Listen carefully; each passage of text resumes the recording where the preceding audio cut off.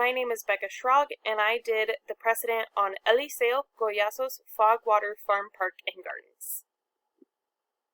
This is a list of all the clients and design engineers that were involved in this project, and unfortunately there was no budget information.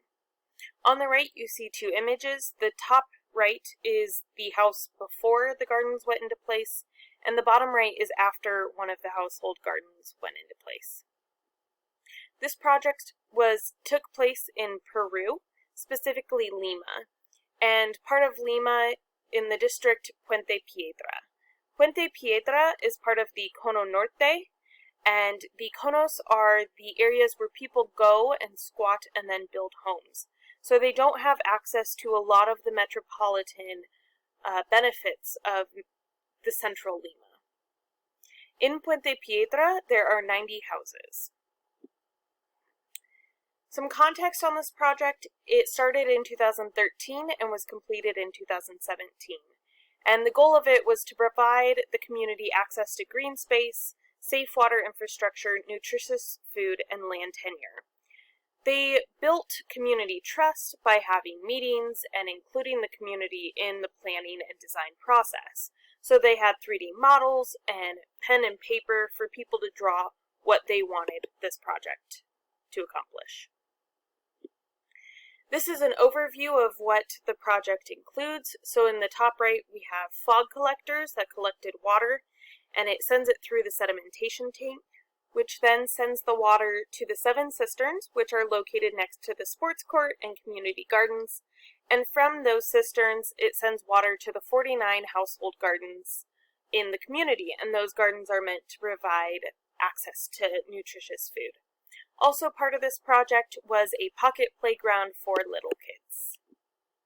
This is an image of the fog collector. It's like a net, and it collects water, and then it drops it into a PVC pipe, which sends it into the sedimentation tank. And one really cool thing about this project is that they used all local supplies and materials. This is an image of the sports court, the 7 cisterns on the left, and the community gardens on the right after it was completed. And you can see the community is using the space and playing football and having a great time being outside. So after the project was completed, the designers and planners did a post-implementation assessment, and they asked questions like, the fog collection and park made access to water, and they had a scale from 1 to 5, more accessible or less accessible. And how do you feel about quality of life in your community? This assessment was quite lengthy and had multiple questions, and some of the findings are that 86% of the neighborhood relationships were improved, and 67% of households had more physical activity because of the project, and 95% of the households had improved mental health, well-being, and happiness. And these are just some of the great benefits of this project. So the relevance to the Greenway is that in this project, the designers created a park that was designed by and for the community, which I think is really relevant for what I want to do and see for the Greenway.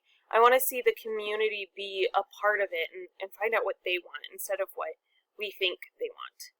I also really appreciate that this project helped the community gain access to more urban green spaces with the sports court and the community gardens, and that's what we're doing in the multi-functional Greenway space. We're providing more access to the Fitzgerald neighborhood, to green spaces and being outdoors more easily. Some actionable insights that I found from this project: I really appreciated that they used community meetings and participation to find what the community wanted. And it wasn't just a meeting where they brought people together and asked, what do you want to see? Like, what don't you want to see? They actually used 3D models and paper and pens for the community to build and draw what they wanted, and it made it seem more tangible. I also appreciate that the designers and planners used local materials to build infrastructure. They supported the local economy, which I really appreciate, instead of bringing materials in from outside.